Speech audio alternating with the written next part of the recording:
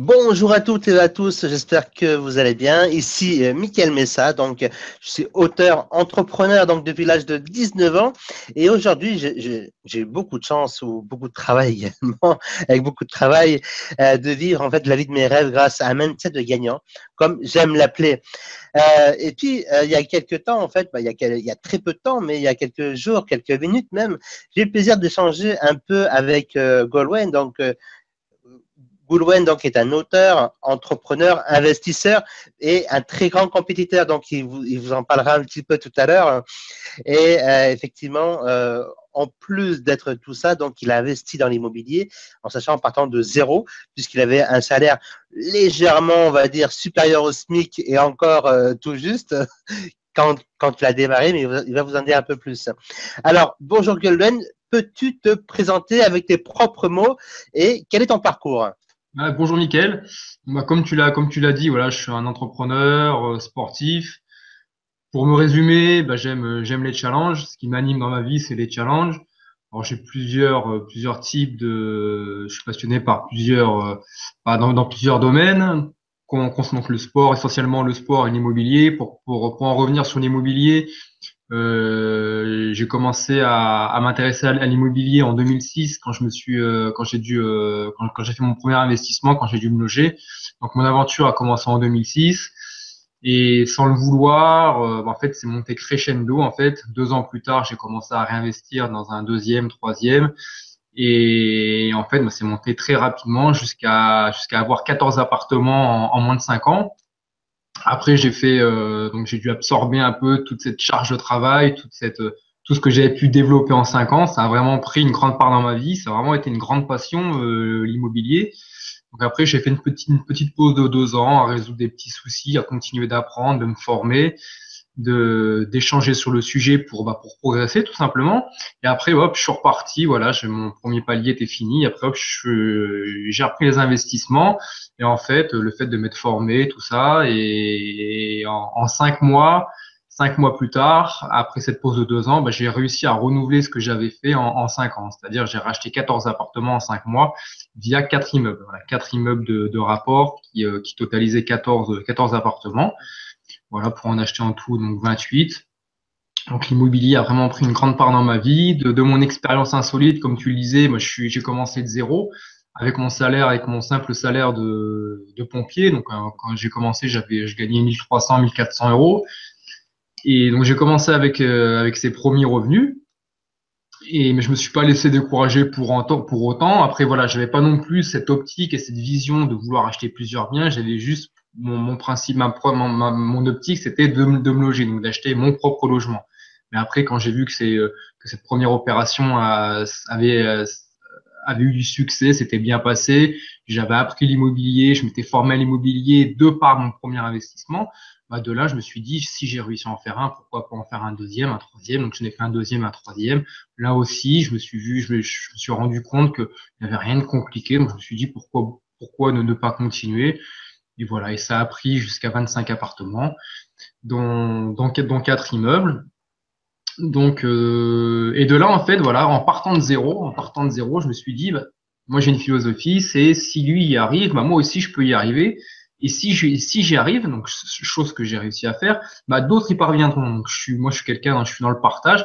Donc, en fait, j'ai voulu partager mon expérience, mais la partager vraiment en dévoilant, on va dire, la partageant, on va dire, de façon naïvement, c'est-à-dire de tout dévoiler, de vraiment tout dévoiler, toutes les étapes, étape par étape, que j'ai dû faire pour investir dans un, deux, trois, jusqu'au 25e appartement. Donc, j'ai tout dévoilé, mes comptes en banque, mes schémas que j'ai fait mes schémas comptables, financiers que j'ai fait pour continuer d'emprunter, toutes les problématiques que j'ai eues, parce que 25 appartements, c'est bien beau, c'est des beaux investissements, mais il y a les soucis aussi qui vont avec. La gestion des locataires, les impayés, les réparations, enfin, j'en passe, tout ça, je l'explique dans le livre. Donc voilà, c'est un livre que j'ai écrit à cœur ouvert où je dévoile vraiment absolument tout. Donc, effectivement, si vous voulez vous procurer le livre, vous pouvez aller sur Amazon hein, ou dans une librairie à côté de chez vous. Le livre, c'est comment je me suis constitué un patrimoine plusieurs millions d'euros avec un salaire de 1750 euros. Et effectivement, pour l'avoir lu, j'ai lu d'ailleurs, j'ai laissé un commentaire sur Amazon très positif parce que moi, je l'ai lu de mon côté en un week-end, en 2 jours, quoi. Et effectivement, vraiment un livre enthousiasmant. Et en plus de ça, en plus de vous parler d'immobilier, Goldwyn, en fait, vous parlez également d'état d'esprit.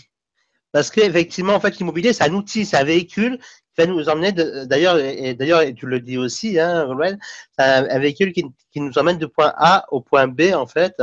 Et voilà. Alors, ce véhicule-là, ça peut être aussi bien la compétition et comme tu le pratiques, de haut niveau en plus, parce que ce qu'il vous a pas dit, c'est qu'il est également champion du monde, donc peut-être qu'il en parlera un petit peu tout à l'heure. Mais, et puis bon, en fin de compte, moi, quand j'ai lu son premier livre, il y a un peu avant Noël, hein, en début décembre, je me suis dit, waouh, cet état d'esprit en fait de gagnant, quoi, parce que tout ce qu'il entreprend, je vais pas dire qu'il réussit tout, parce que forcément, il apprend aussi beaucoup. Comme, voilà, effectivement. Mais en tout cas, il réussit beaucoup de choses de ce qu'il entreprend. Donc, comment s'y prend-il, quoi? Parce que c'est ça aussi que les gens veulent. Quel est ton état d'esprit et que tu partages un petit peu dans le livre, mais là, est-ce que tu veux développer un peu ça et comment toi, tu te conditionnes pour avoir ce mental d'acier, de gagnant? L'état d'esprit, il vient en fait, c'est tout simple. L'état d'esprit, ça vient. J'ai pas l'immobilier, le sport. Donc, comme tu disais, voilà aussi, j'ai une double casquette. J'ai une casquette sportive aussi. Il y a pour faire court, pour résumer, il y a, j'y reviendrai après, mais il y a en 2011, donc il y a 5 ans de ça, en 2011, je me suis lancé un défi. Mon défi, c'était de faire un Ironman. Donc, pour ceux qui connaissent pas un Ironman, on va dire, c'est un triathlon XXL où il y a 3 km 8 de natation, 180 km de vélo et un marathon. Et ça a été un gros challenge. Je me suis dit, faut que j'y aille, faut que j'aille affronter cette peur, faut que j'aille prendre mes responsabilités. J'en avais convaincu mon esprit que je pourrais le faire, que c'était faisable. Entre guillemets, on va dire, avec mon esprit, on s'était mis d'accord, on s'était dit, bon, maintenant, faut y aller, quoi, parce que je l'avais convaincu, donc je pouvais plus reculer. Et j'ai été à Nice et j'ai réussi. J'ai réussi à terminer cet Ironman. Donc ça, c'était il y a 5 ans, en 2011. Et 5 ans après, enfin 3 ans après, en 2014, donc en continuant, comme dans l'immobilier, en continuant d'échanger, vous découvrez un nouvel univers, l'univers du triathlon longue distance. Donc naturellement, ça se fait naturellement. Vous échangez avec d'autres athlètes, vous voulez en savoir plus, vous voulez connaître un peu les autres circuits en triathlon, savoir ce qui se fait, vous échangez, vous en faites un deuxième, un troisième, et vous continuez, et rebelote, vous continuez d'échanger avec d'autres athlètes, tout ça, et vous faites des recherches aussi sur Internet, et vous tombez vous entendez parler qu'il existe des doubles Ironman, des triples Ironman. Et là, vous vous dites, waouh, déjà un Ironman, c'est costaud, mais là, je pensais pas qu'il en existait des doubles et des triples. Donc, vous allez sur Internet, pareil, vous vous renseignez, ça se fait naturellement. Et en 2014, enfin en 2013, donc je prends connaissance d'une course, d'un triple Ironman en Allemagne. Et en 2014, j'y vais. Donc là, c'était l'Ironman x3, donc 11 km, 11 km 4 de nage. 560 de vélo et 126 km de course à pied. Des dépenses qui peuvent paraître assez hallucinantes. Bon, j'ai été avec ma foi, avec mon cœur, avec ma volonté, avec ce qu'il faut savoir. Quand je me suis inscrit à Nice en 2011, je savais pas nager. Alors quand j'entends que je savais pas nager, je savais juste nager vulgairement la brasse. Voilà, je savais pas nager le crawl, fallait pas me demander de nager le crawl. Je savais que nager la brasse et 4 mois avant la compétition, j'avais même pas de vélo de course. Je l'ai acheté au Trocathlon, le vélo de course. Enfin, j'ai tout fait un peu à l'arrache. Mais c'est pas grave. J'étais convaincu que j'allais réussir. Voilà, fallait que je termine. Moi, les excuses, je veux pas en entendre parler. Et moi, c'est ce qui me fait avancer dans la vie, c'est le refus d'abandonner et le refus de toute excuse. Et en 2014, donc je découvre ce triple Ironman de Lenzane. Donc pareil, comme en 2011, la boule au ventre. Et j'y vais quand même. Et je le termine. Voilà, c'est un nouveau succès. Et donc qui dit nouveau succès, en fait, sur une échelle de graduation, vous augmentez en pourcentage. Vous augmentez votre confiance en vous, votre confiance en soi. Moi, ma confiance en moi, elle s'augmente, voilà, de petits pourcentages. À chaque fois que je réussis un challenge, je gagne en confiance. c'est une nouvelle expérience et de cette expérience de ce petit pourcentage que j'ai gagné, cette nouvelle expérience, moi, je m'en sers pour la réinvestir dans d'autres challenges. Donc, en 2014, je réussis ce triple Ironman. De cette compétition, bah pareil, on est dans l'échange, on apprend qu'en fait cette compétition fait partie d'un circuit mondial, donc qu'il existe un circuit mondial en ultra triathlon, chose que je connaissais pas du tout, mais pareil, ça je l'ai appris en échangeant, en discutant. Et l'année d'après, je me suis dit, bon, Ruben, t'as vu ce que c'était un triple Ironman, tu l'as bien terminé, donc l'année prochaine, voilà, je me lance sur un circuit sur toute une saison complète. Donc une saison complète, c'est quand même relativement costaud. C'est 5 doubles Ironman, un triple Ironman et un déca Ironman. Donc un Ironman tous les jours pendant 10 jours. J'ai fini ma saison en totalisant l'équivalent de 23 distances Ironman. Et je termine premier français et sixième mondial. Et là, pareil, je me dis, j'ai fait une super saison, je suis super content de moi. Je me suis dit, voilà, je vais relancer, je vais refaire une nouvelle saison donc, en 2016, mais cette fois-ci, avec l'expérience que j'ai de 2015, je vais améliorer tous les défauts, toutes les problématiques que j'ai rencontrées, où j'ai été mauvais. Voilà, où j'ai été mauvais en 2015, je vais faire en sorte que tous mes points négatifs se transforment en points positifs pour 2016. Et en 2016, je fais un triple Ironman, un quintuple Ironman en continu, donc 2 triples, un quintuple, un double, et en milieu de saison, il y avait un double DK, donc un Ironman tous les jours, mais là pendant 20 jours. Et je finis ma saison en totalisant 33 Ironman, 10 de plus que l'année précédente, et je finis cette fois-ci premier mondial. Je termine à la première place mondiale.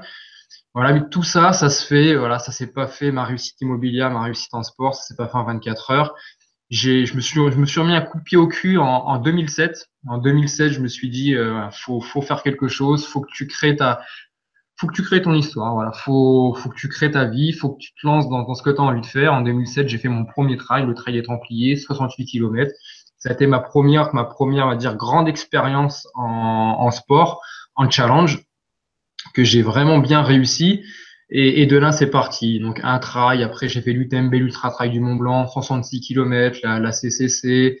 J'ai fait le Tour des Géants en Italie, 330 km avec 24 000 balais de dénivelé positif. Et à chaque fois, tous les ans, je faisais 2, 3 challenges. Et à chaque fois, je montais, je montais, je montais. Il y a des challenges où j'ai dû arrêter parce que j'étais hors délai. J'ai tellement eu confiance en moi que je sais toujours de toutes mes courses en ultra triathlon, malgré mon titre mondial, je sors quasiment tout le temps dernier de l'eau. J'ai jamais réussi, j'ai jamais trouvé le temps et on va dire la motivation aussi pour m'investir dans la natation. J'aime pas ça. Mais bon, j'ai du mal à me mettre des coups de pied au cul pour nager. Et malgré ça, je me suis autorisé à faire la traversée de la Manche à nage aussi l'année dernière.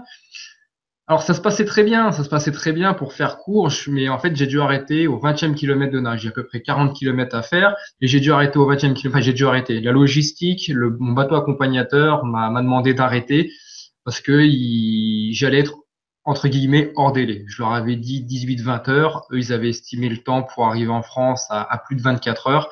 Et voilà, il n'y avait pas de contrat entre nous, c'était juste de la parole. Et ils ont refusé de m'amener jusqu'au bout. C'était une grosse déception, mais à la fois, c'était très enrichissant, c'était une superbe expérience. Mais voilà, je sais pas nager. Mais moi, voilà, mon état d'esprit, ma philosophie de vie, c'est pas un chrono, c'est pas des chiffres qui vont décider de ma vie.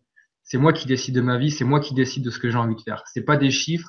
Les chiffres, si je regarde mes chiffres en natation, mes chiffres, ils vont me dire, Goulven, t'es nul en natation. Et ils ont raison, ces chiffres. Ils ont raison de me dire que je suis nul parce que c'est la vérité. Mais c'est pas ces chiffres, c'est pas un chronomètre qui va me dire, qui va décider pour moi ce que je dois être capable de faire ou pas faire, ou ce que je dois entreprendre ou pas entreprendre. Ce que je dois entreprendre ou pas entreprendre, c'est moi qui le décide et c'est seulement moi. Pareil pour les gens. Il y a des gens aussi, il y a des amis, beaucoup de personnes que je côtoie qui me disent non, tu n'y arriveras pas, c'est fou ce que tu fais. Non, ce que ces gens-là me racontent. Alors bien sûr, je prends ce qu'ils me disent. Il y a du bon, il y a du moins bon. Mais voilà, ce que vous disent les gens, c'est souvent c'est leur vie qu'ils vous racontent. C'est pas la vôtre. Donc quand vous avez envie d'entreprendre quelque chose, vous l'entreprenez, vous le faites. Autorisez-vous à faire quelque chose. Au pire, vous réussirez pas. Et ben la prochaine fois, vous le ferez de façon plus intelligente. Mais au moins, vous en sortirez grandi et surtout, vous n'aurez pas de remords à ne pas l'avoir fait. Donc voilà, donc il y a eu mon parcours immobilier, mon parcours sportif, et en fait, je me sers des deux pour avancer dans les deux domaines. Pour moi, le sport et l'immobilier sont indissociables. Quand je rencontre des problèmes en immobilier, bah, souvent je m'en sors grâce à mon mental de sportif. Et si je continue à avancer en sport, c'est grâce aussi aux difficultés que j'ai pu rencontrer en immobilier. Enfin voilà. Pour moi, les deux, dans ma vie, ne font qu'un, l'immobilier et le sport. Enfin, moi, parler plus largement, l'entrepreneuriat et le sport, pour moi, ne font qu'un. Voilà, Ok, voilà. je te remercie, Colwen. Selon toi, en fait, qu'est-ce qui empêche les gens d'acquérir le bon état d'esprit, hein? Bah, ce qui empêche les gens voilà, d'acquérir ce bon état d'esprit, c'est que les gens sont vont pas voir les bonnes personnes. Les gens déjà se laissent guider regardent trop la télévision, écoutent trop les médias, lisent trop les magazines. Couper déjà toutes ces sources d'informations, c'est des sources d'informations qui pour la plupart sont très négatives. Sont très très très négatives. Au lieu, vous voulez vous renseigner, vous voulez vous informer, c'est une très bonne chose. Il faut s'informer, il faut se former, mais allez vous informer, allez vous former auprès des gens qui ont déjà investi. Moi, je suis pas plus con qu'un autre, je suis pas plus intelligent qu'un autre. Quand dans le sport, j'observe les gens dans le sport, j'observe les gens dans l'immobilier. Enfin, je les observe par rapport à ce que moi j'ai envie de créer, et je regarde ceux qui ont réussi. Bah, comment ils ont fait, par quelle étape ils sont passés, quelle formation ils ont été voir, par qui ils se sont fait former, voilà, et je reproduis, moi j'invente rien en sport, en immobilier, j'ai strictement rien inventé, et je reproduis la réussite des autres. Je vais vers les courants positifs pour réussir, parce que si voilà, je reviens encore à mon état d'esprit, si lui y arrive, bah moi aussi je peux le faire. Et si j'y arrive, bah d'autres y parviendront. Il suffit d'aller voir les bonnes personnes. Aujourd'hui, on est au 21e siècle, on a un outil qui est magique, c'est Internet. Il y a énormément de blogueurs qui sont indépendants financièrement, qui ont une réussite extraordinaire dans l'entrepreneuriat comme dans le sport. Allez voir ces gens, allez les côtoyer, allez leur demander des conseils, et vous verrez que si vous reproduisez à l'identique ce qu'ils ont fait, mais il n'y a pas de raison que ça marche pas pour vous, tout simplement. Ok, top, merci. Et donc, quels sont les trois conseils ou techniques que tu pourrais préconiser aux personnes qui veulent apprendre à cultiver un mental gagnant? Si on devait retenir uniquement trois conseils de tout ce que tu as partagé, Ouais. quels sont pour toi les plus importants? Même si on sait qu'ils sont tous importants, mais voilà, on va s'en tenir à trois. Bah, trois, là, comme ça, déjà, interdisez-vous les excuses. Ça, c'est fatigant. Ça me fatigue les excuses d'entendre les gens qui, quand ils n'arrivent pas à faire quelque chose, ou hop, de suite, ils passent par la case des excuses. Donc, déjà, les excuses, arrêtez. Tout le monde peut tout réussir. Tout le monde, à partir du moment où vous avez convaincu votre état d'esprit de le faire, il reste plus qu'à avancer pour le faire. Donc, déjà, les excuses, arrêtez avec ça. Au lieu de trouver des excuses, trouvez des solutions. Vous verrez, c'est aussi facile de trouver des solutions que des excuses. Il suffit juste d'orienter ses pensées différemment. Donc, je dirais le refus des excuses. En deux, je pourrais dire le refus de l'abandon. Refusez-vous à l'abandon. Moi, en ultra triathlon, alors oui, je suis champion du monde d'ultra triathlon. Faut pas croire que ça a été facile. En immobilier, oui, j'ai écrit 2 livres, j'ai 25 appartements. C'est pas rose tous les jours, c'est pas facile. Pour en venir au sport, plus d'une fois, je me suis retrouvé quand je vous dis, dans des états critiques, à vomir plus de 5 fois pendant une compétition, à être à quatre pattes, ne plus pouvoir se relever. Bah non, je suis là, je veux dire, il y a des gens qui me soutiennent, il y a des gens qui se déplacent avec moi, il y a des gens qui investissent autant que moi, qui investissent autant d'énergie que moi pour ces compétitions. Déjà, vis-à-vis des gens qui me soutiennent, vis-à-vis de ces gens, par respect, je peux pas abandonner. Pour moi, c'est pas me dire, bah, tiens, je t'embarque avec moi dans une compétition, si j'y arrive pas, tant pis, on rentrera. Non, c'est un engagement. Déjà, j'ai pris un engagement avec moi-même, j'ai pris un engagement avec les gens qui me suivent. Donc, c'est hors de question que j'arrête. Après, voilà, il peut y avoir des aléas dans la vie, dans le sport, qui feront qu'à un moment donné, je serai obligé d'arrêter. Mais avant que cette obligation arrive, il y a beaucoup de solutions à trouver. Voilà. Un problème, une solution. Et le troisième point, on va dire, c'est l'état d'esprit. L'état d'esprit à avoir, donc se refuser l'abandon, se refuser aux excuses et avoir le bon état d'esprit. Euh, engagez-vous dans votre rêve, ayez un état d'esprit positif, un état d'esprit qui vous permettra d'aller au-devant des bonnes personnes. Et après, vous verrez que que ça glisse. Et voilà, mais voilà, faites vos projets un à un et grandissez avec vos projets. C'est en faisant des projets que vous grandirez. Ok, donc on va passer à d'autres questions, mais auparavant, pour toutes les personnes qui nous écoutent, Goldman, et qui voudraient aller plus loin avec toi, tu as d'ailleurs écrit plusieurs livres. Est-ce que tu peux nous en parler, tu peux nous en dire un peu plus? Oui, bah, pour en revenir, donc mon premier livre, j'ai sorti en 2015, avril 2015. Donc c'est comment je me suis constitué un patrimoine de plusieurs millions d'euros avec un salaire de 2750 Est-ce que euros. tu l'as à côté de toi peut-être? Donc voilà, hop, celui-ci aux éditions Maxima, donc qui se vend très très bien et qui a été une grande source d'inspiration pour beaucoup de monde. Il est très bien noté sur Amazon, il a d'excellents commentaires. Donc ça, comme je disais tout à l'heure, bah, j'ai voulu raconter ma réussite en immobilier, comment j'ai fait pour investir appartement par appartement. Vous verrez l'état, j'ai même mis l'état de mes comptes, je crois, de 2012, de 2011 à 2013, quelque chose comme ça. Alors là, j'ai jamais eu une épargne très florissante, mais voilà, j'ai voulu en faire un livre pour tout raconter, pour vraiment que ça puisse en inspirer d'autres. Alors ce livre, c'est mon histoire, comme je dis. Je vous demande pas de l'acheter pour faire du boulevard Tristan. C'est l'acheter, mais pour vous inspirer faut savoir le lire, c'est pour vous inspirer, pour trouver des solutions. Il y a, comme je le dis à la fin du livre, voilà, c'est mon histoire. Le but de ce livre, c'est de vous motiver à investir. Peu importe que vous soyez encore une fois intérimaire en CDD, euh, en étant en intérim, en étant en CDD, soit qui veut investir, investira. Soit qui veut pas investir, c'est qu'il veut pas investir, ou alors encore une fois, il est passé par la case excuse. Moi, dans mon jeu de société, à moi, dans mon jeu de vie, il y a pas la case excuse. Donc, je sais pas ce que c'est cette case, mais même si vous êtes en intérim, vous pouvez investir. Déjà, il faut commencer par aller voir des organismes bancaires, faire le point avec eux. Ça, c'est la première chose. Et voilà, comme je dis, ce livre, c'est pour vous inspirer, pour vous dire, voilà, tu veux acquérir ta résidence principale, tu veux acquérir un premier bien, c'est possible. Et tu peux en acquérir 3, 4, 5. Je vous dis pas d'en acheter 25. Comme je le disais, voilà, c'est mon histoire. C'est un livre pour vous inspirer, pour vous dire que vous aussi, vous pouvez investir, vous pouvez écrire votre histoire. Donc ça, c'est le premier livre. Et le deuxième, bah, qui est sorti, c'est tout frais. Il est sorti, bah, je l'ai reçu il y a 2 ou 3 jours. Donc c'est un livre de citations. En fait, moi les citations, ça m'inspire énormément. Ça remplace un long discours. Souvent, il y a des longs discours, on ne comprend pas tout le discours. Vous lisez une citation, vous comprenez de suite. Et en plus, les citations, bah, c'est d'autres personnes qui ont rencontré ces mêmes problématiques il y a des dizaines, voire même des centaines d'années en arrière, et qui ont réussi à résoudre ces problématiques et qui en ont fait des citations. Voilà, ça, on comprend, ça parle à tout le monde, les citations. Donc en fait, le livre, c'est toujours aux éditions Maxima, c'est rester motivé toute l'année. Donc en fait, donc il y a 365 citations, mais je voulais pas balancer 365 citations comme ça. En fait, c'est à chaque début de mois, je raconte une histoire qui m'a fait grandir. Alors, il y a plusieurs mots-clés. Il y a la victoire, la volonté, mes échecs, recommencer. Et à tous ces mots-clés, j'associe une histoire. Et à tous ces mots-clés, j'associe 30 citations.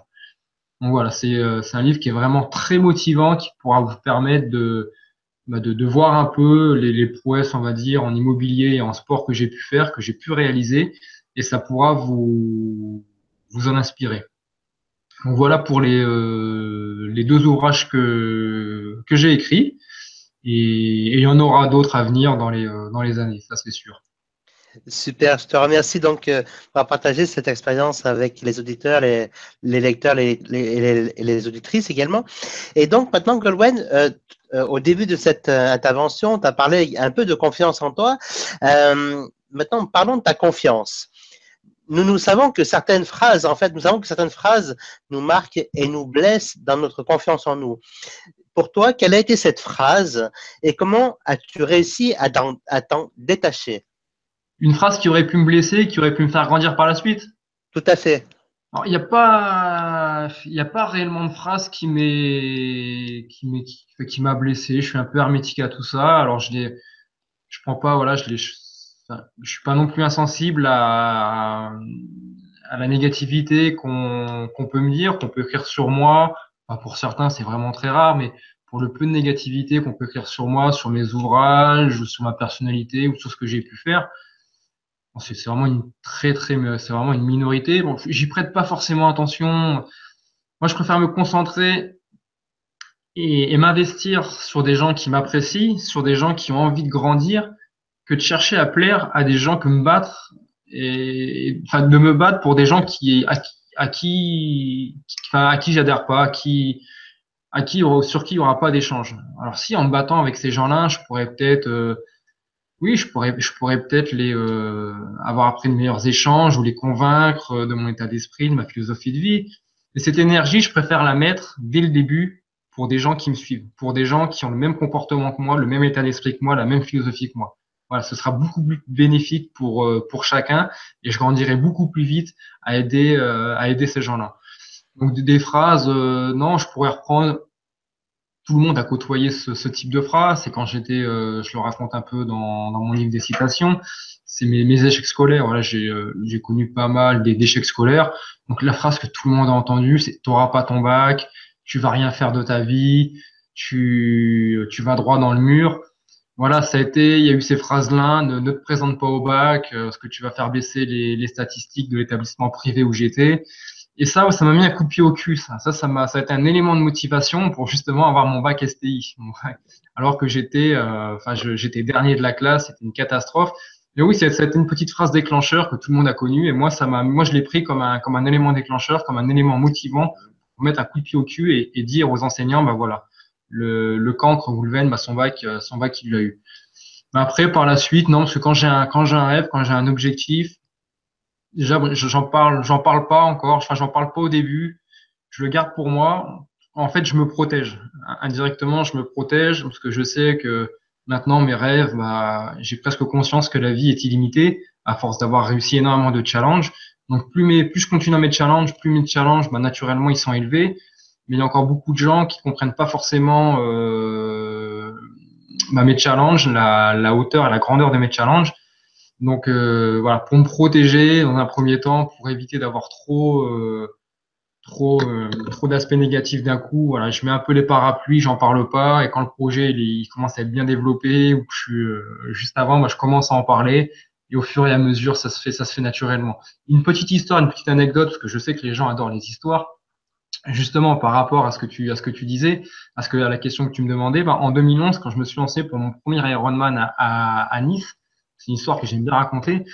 En fait, quand je me suis inscrit, donc j'ai pris mon courage à deux mains, mais c'était, en fait, je voulais m'inscrire en 2009 ou en 2010, mais je suis resté bloqué devant l'ordinateur et j'ai pas eu ce courage de m'inscrire.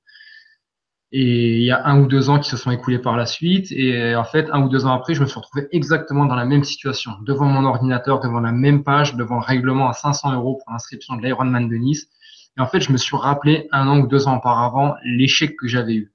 Le fait de ne pas avoir su prendre mes responsabilités via cette inscription, là, je me suis dit plus jamais. Je veux pas que ça se reproduise. Hop, je m'inscris maintenant. Et je me suis inscrit. Ça a été un soulagement, mais il y a eu une boule au ventre qui est arrivée maintenant, qui est arrivée en moi. Je me suis dit, putain, maintenant, Goulben, t'es inscrit, il faut que tu prennes tes responsabilités. Et quelques semaines après, en fait, j'étais à la caserne des pompiers où j'étais dans ma chambre. Il y avait un triathlète aussi de niveau national. Et un jour, on part en intervention tous les deux, et dans la camionnette, dans le camion, il me fait, tu sais quoi, Goulven? Pendant 2 ans, je vais me préparer et je vais m'inscrire à l'Ironman de Nice. Et le mec, il avait un super niveau national. Et moi, j'avais un niveau, mais même pas un niveau zéro. Mon niveau était inexistant. Et je me suis dit, mais maintenant, il faut que tu lui dises. Et je lui ai dit, je fais, voilà, Rémi, bah, je me suis inscrit à l'Ironman de Nice cette année. Et là, il se met à rigoler. Il me fait, mais attends, mais tu sais même pas ce que c'est un Ironman. Bah, je lui fais, écoute, si, c'est un triathlon XXL, 3 km 8 de nage, 180 km de vélo, il y a un marathon. Et je fais ça à Nice et c'est à telle date. Il me fait, mais t'es complètement baisé. Et les semaines qu'on suivit, donc il a pris conscience que je m'étais inscrit, et les semaines qu'on suivit, bah, il a été vexé un peu, il a été vexé, Mais après, il s'est rendu compte, il a appris à mieux me connaître, à mieux me cerner. Et au final, quelques semaines avant la compétition, il a commencé à m'encourager. Et le fait que je m'inscrive, ben, indirectement, je lui ai montré le chemin qu'il fallait prendre. Et au lieu de le faire 2 ans après, mais il l'a fait 1 an après. Mais voilà, ça lui a mis un coup de pied au cul. Et bah, il s'en est servi. Il a été très intelligent. Il s'est pas dit, ouais, voilà, Goulven, voilà, je vais le mettre de côté. Il a pas à faire ça. Le triathlon, c'est mon sport. Je suis meilleur que lui. D'où il vient jouer sur mon terrain de jeu. Non, il s'en est servi comme motivation. C'est quelqu'un qui a réagi très intelligemment et après qui a fait une grande carrière, qui a fait de très belles courses en distance Ironman. Donc voilà pour les petites anecdotes sur les phrases qui peuvent vous blesser. Voilà, faut pas en tenir compte. Ça doit pas vous arrêter en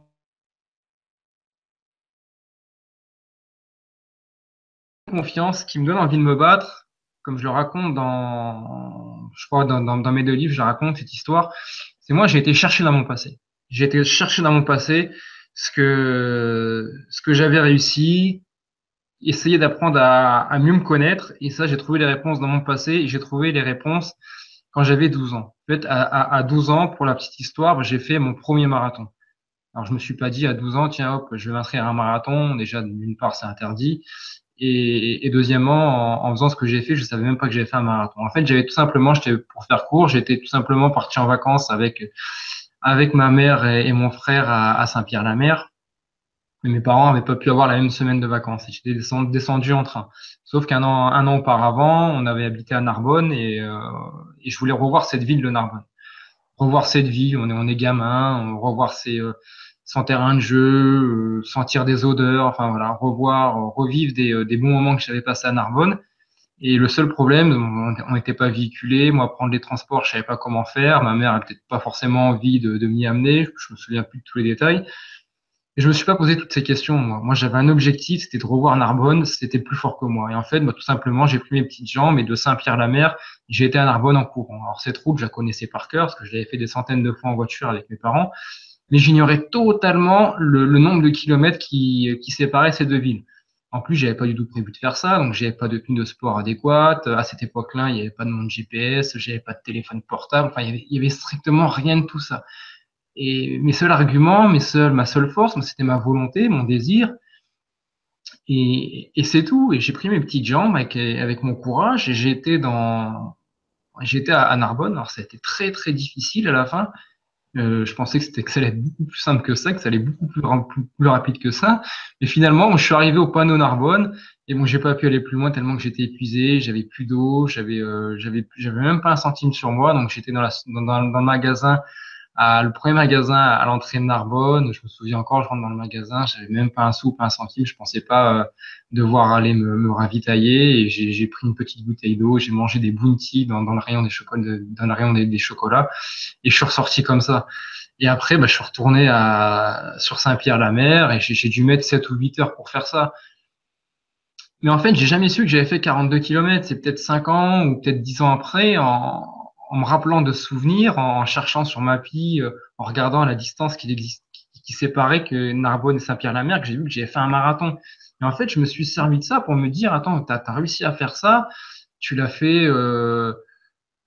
À cette époque-là, il n'y a pas les médias pour vous dire s'il n'y a pas toute cette négativité ambiante pour vous dire ce sera pas possible. Il y avait personne, j'avais aucun électron négatif autour de moi pour me dire non mais tu te rends pas compte, tu as 12 ans, tu peux pas le faire, tu pourras. Non, j'avais aucun électron négatif.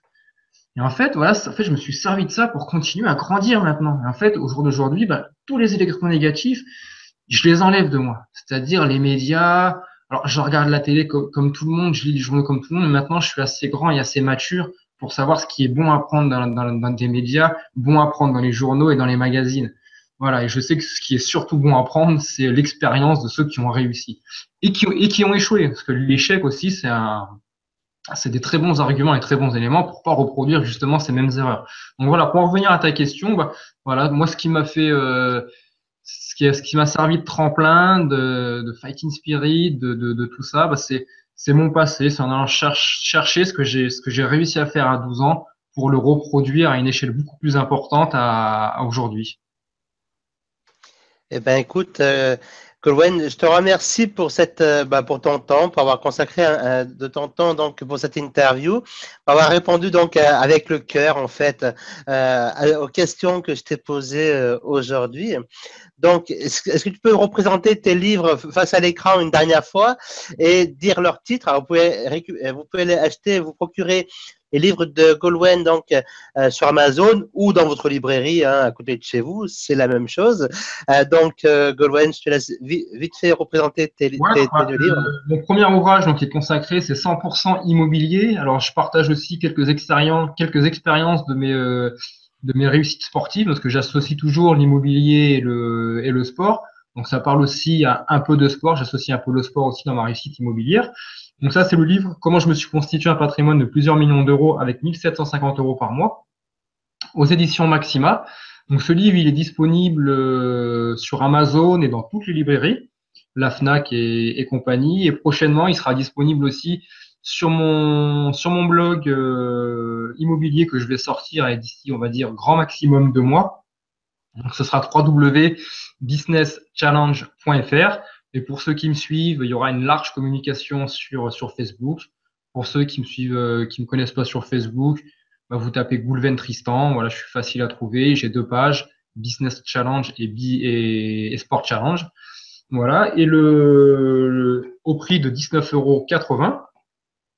Et le deuxième, Restez motivé toute l'année, pareil aux éditions Maxima, qui est sorti cette semaine, donc c'est vraiment tout frais, qui sera également en vente sur mon blog www Business Challenge et qui est disponible aussi juste en version e-book sur le site Amazon. Le premier livre, il est disponible en e-book et version papier, mais le deuxième, il est disponible qu'en version e-book sur Amazon et sera disponible en version papier sur mon blog immobilier.